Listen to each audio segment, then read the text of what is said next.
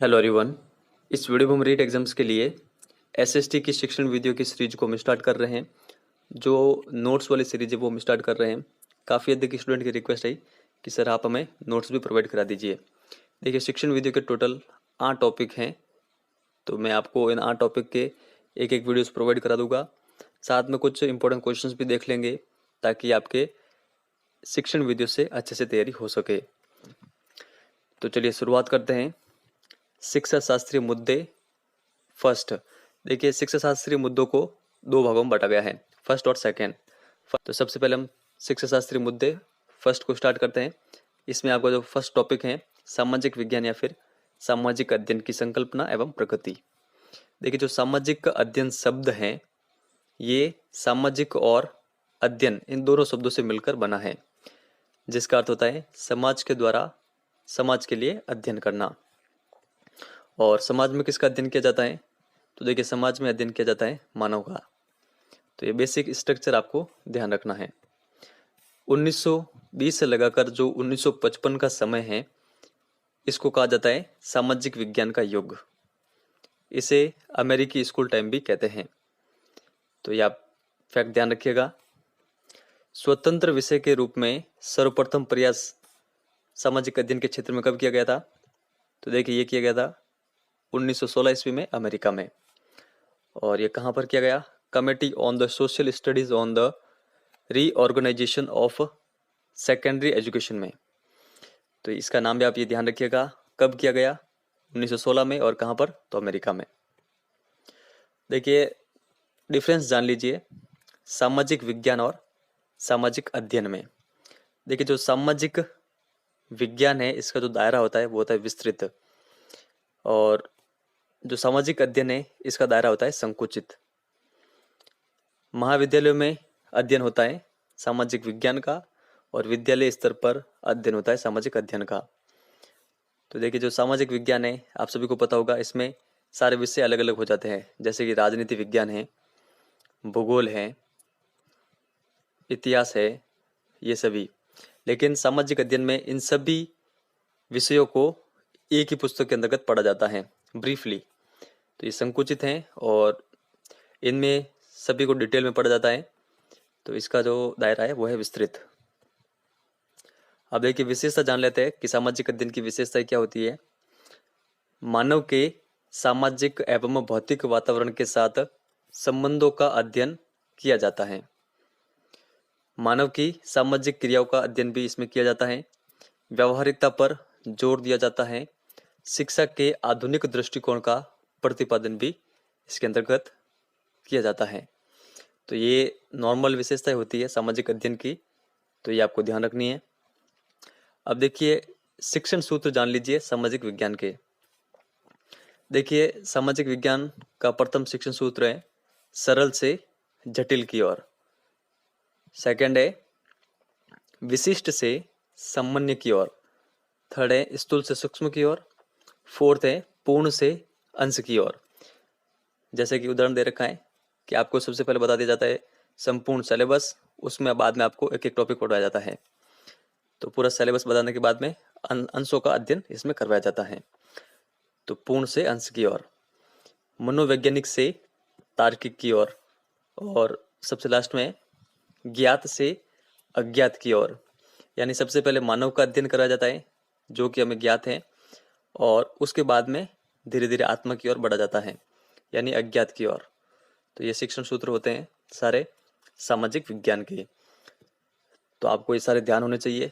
Exam में आपसे पूछ सकते हैं कि निम्न में से कौन सा सामाजिक विज्ञान का शिक्षण सूत्र नहीं है।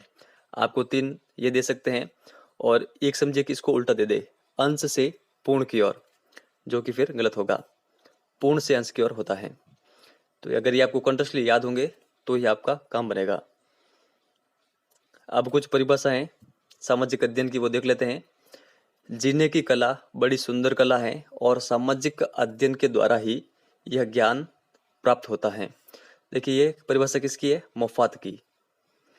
तो ये आप ध्यान रखिएगा।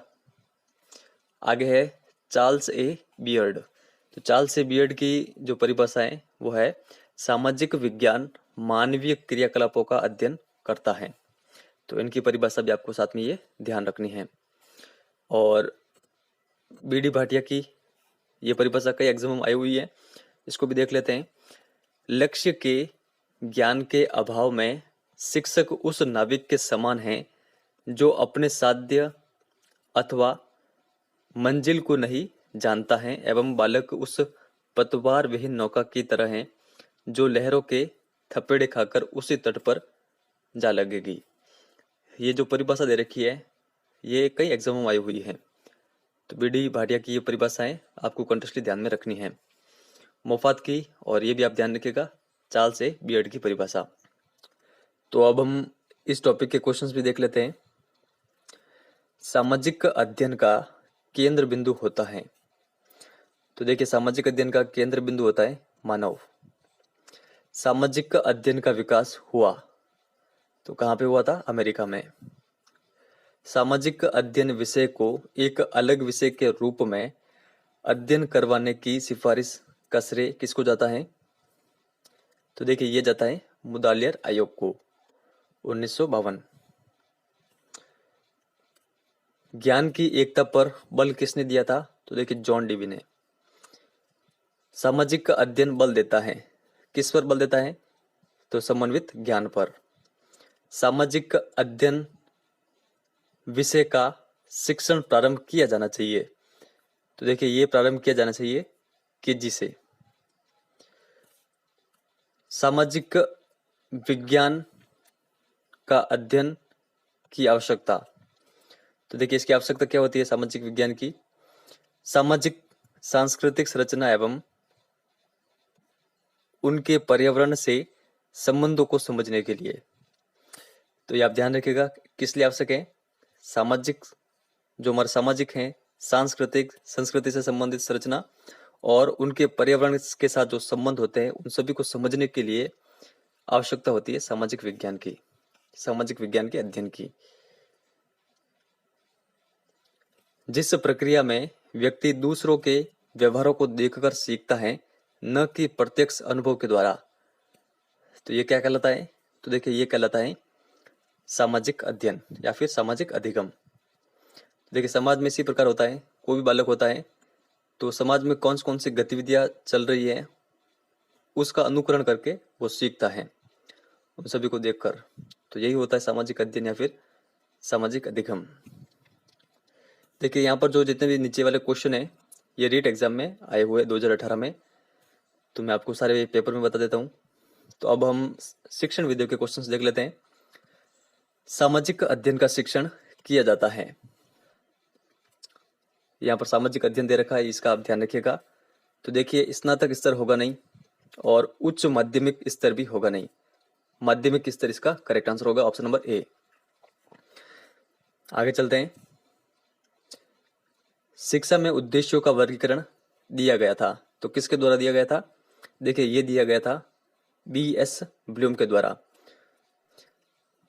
पाठ्यक्रम के क्षेत्र में शामिल हैं। देखिए, नॉर्मल क्वेश्चन है, आप इनको आसानी से हैंडल भी कर सकते हैं और अधिकांशतः स्टूडेंट के इस प्रकार के क्वेश्चन सही होते हैं। तो देखिए, इसका जो करेक्ट आंसर होगा, देखिए, विद्यालय की जो आंतरिक क्रियाएं और बाहरी क्रियाएं, इन सभी को पाठ्यक्रम के क्षेत्र में शामिल किया जाता है। तो ऑप्शन नंबर सी इसका करेक्ट होगा। सामाजिक अध्ययन की पाठ्य पुस्तक किसके अनुरूप होनी चाहिए? तो देखिए, जो पाठ्य पुस्तकें होती है वो अनुरूप होनी चाहिए विद्यार्थियों के। ऑप्शन नंबर बी यहाँ पर करेक्ट आंसर होगा। तो इसी प्रकार के क्वेश्चन आते हैं रीट एग्जाम में।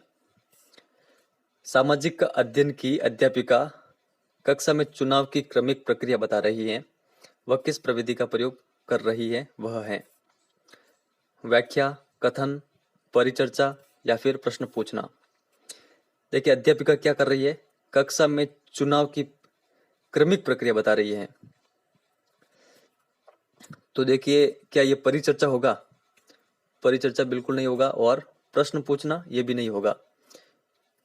तो आप बताइए, व्याख्या होगा या फिर कथन होगा? तो देखिए, अध्यापिका जो प्रविधि का प्रयोग करेगी वो करेगी कथन प्रविधि का प्रयोग, चुनाव की क्रमिक प्रक्रिया को बताने के लिए। ऑप्शन में बी यहाँ पर करेक्ट आंसर होगा, व्याख्या भी इसका आंसर नहीं होगा। तो ये किस टॉपिक से पूछा हुआ है? जो कक्षा कक्ष की प्रक्रिया होती है, हमारा नेक्स्ट टॉपिक यही है सेक्शन वीडियो में, वहां से ये क्वेश्चन बना था। सामाजिक अध्ययन के शिक्षक को बल देना चाहिए, तो किस पर बल देना चाहिए आप बताएं।